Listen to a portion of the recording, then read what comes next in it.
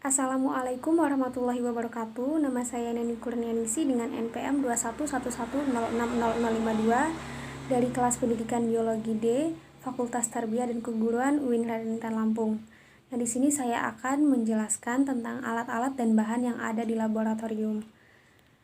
Nah, jadi laboratorium sendiri itu adalah sebuah ruangan yang dibatasi oleh dinding, yang di dalamnya itu terdapat alat-alat dan bahan-bahan untuk melakukan uji coba dan atau eksperimen. Langsung saja alat-alat dan bahannya itu sebagai berikut. Yang pertama ada glass beaker seperti ini. Fungsinya adalah untuk menyimpan sampel atau bahan cair sementara. Kemudian ada gelas ukur seperti ini. Nah, fungsinya untuk mengukur volume atau bahan cair dengan ketelitian rendah. Kemudian ada corong gelas seperti ini. Itu fungsinya sebagai alat bantu untuk memasukkan larutan ke wadah dan juga sebagai alat bantu untuk melakukan penyaringan. Kemudian ada pengaduk kaca seperti ini. Fungsinya untuk membantu menghomogenkan larutan. Kemudian ada karet penghisap seperti ini. Fungsinya itu untuk membantu mengambil larutan kimia yang berbahaya dengan cara disambungkan dengan pipet ukur atau pipet volume. Kemudian pipet ukur seperti ini. Fungsinya untuk mengambil larutan atau mengukur volume larutan pada berbagai skala atau ukuran dengan ketelitian tinggi. Kemudian ada pipet volume atau pipet gondok seperti ini. Fungsinya adalah untuk mengambil bahan dan mengukur volume larutan hanya dengan skala ukuran dengan ketelitian tinggi. Kemudian ada pipet tetes atau dropping seperti ini. Fungsinya adalah mengambil bahan dalam jumlah sedikit atau tetesan, tidak ada skala ukuran volume pada alat ini. Kemudian ada labu ukur atau labu takar seperti ini. Fungsinya adalah membuat suatu larutan dengan volume yang diketahui secara teliti dan juga mengencerkan larutan sampai volume tertentu dengan ketelitian yang tinggi. Kemudian ada batang pengaduk ujung spiral seperti ini. Fungsinya adalah menghomogenkan larutan kimia. Kemudian ada spatula stainless steel seperti ini. Fungsinya adalah mengambil bahan kimia padat. Kemudian juga ada lampu spiritus dari logam seperti ini.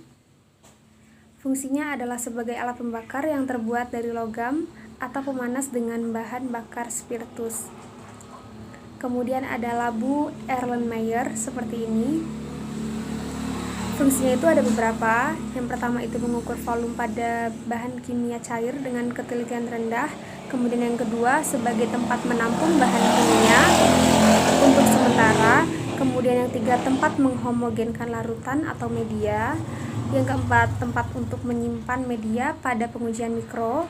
Yang kelima digunakan untuk menampung titran pada saat tetrasi. Dan yang keenam sebagai tempat penyimpanan media yang pada analisa mikrobiologi. Kemudian ada cawan porselin seperti ini.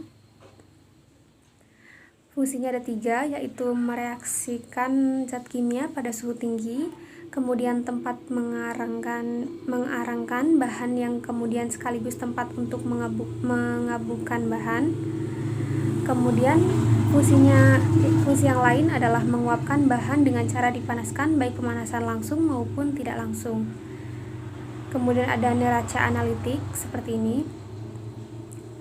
Fungsinya adalah menimbang alat bahan dengan ketelitian 0,0001 gram dan kapasitas maksimum 210 gram. Kemudian ada botol semprot seperti ini. Fungsinya adalah tempat untuk menyimpan aqua.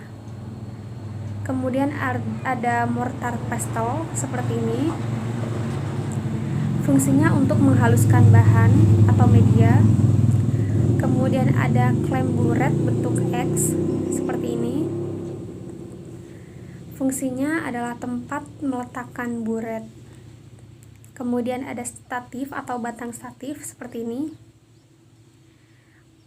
Nah, jadi alat ini tuh untuk menegakkan buret corong pisah, dan lain-lain. Statif dikombinasikan dengan ring atau klem. Kemudian ada buret seperti ini. Alat ini digunakan untuk melakukan tetrasi. Kemudian ada kuvet atau rak kuvet seperti ini. Jadi fungsi rak kuvetnya itu adalah sebagai tempat untuk meletakkan kuvet, sedangkan kuvetnya sendiri itu adalah sebagai wadah standar yang akan diuji menggunakan spektrofotometer. Kemudian ada batang ose seperti ini.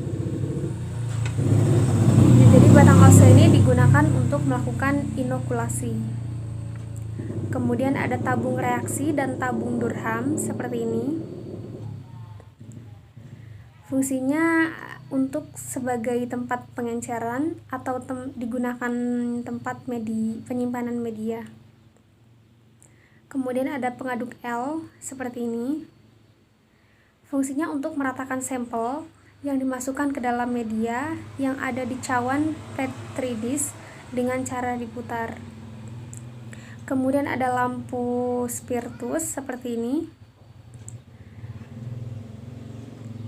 Fungsinya atau kegunaannya itu tuh ada beberapa, yaitu sebagai sterilisasi atau memijarkan ose sebelum inokulasi sampel, dan juga mengkondisikan area dalam kondisi aseptis dengan jarak maksimal dari pijaran lampu spiritus 30 cm. Kemudian ada rak tabung reaksi seperti ini. Fungsinya untuk tempat meletakkan tabung reaksi. Nah, sekian itu dia materi yang bisa saya sampaikan dan jelaskan. Kurang dan lebihnya saya mohon maaf. Saya akhiri. Wassalamualaikum warahmatullahi wabarakatuh.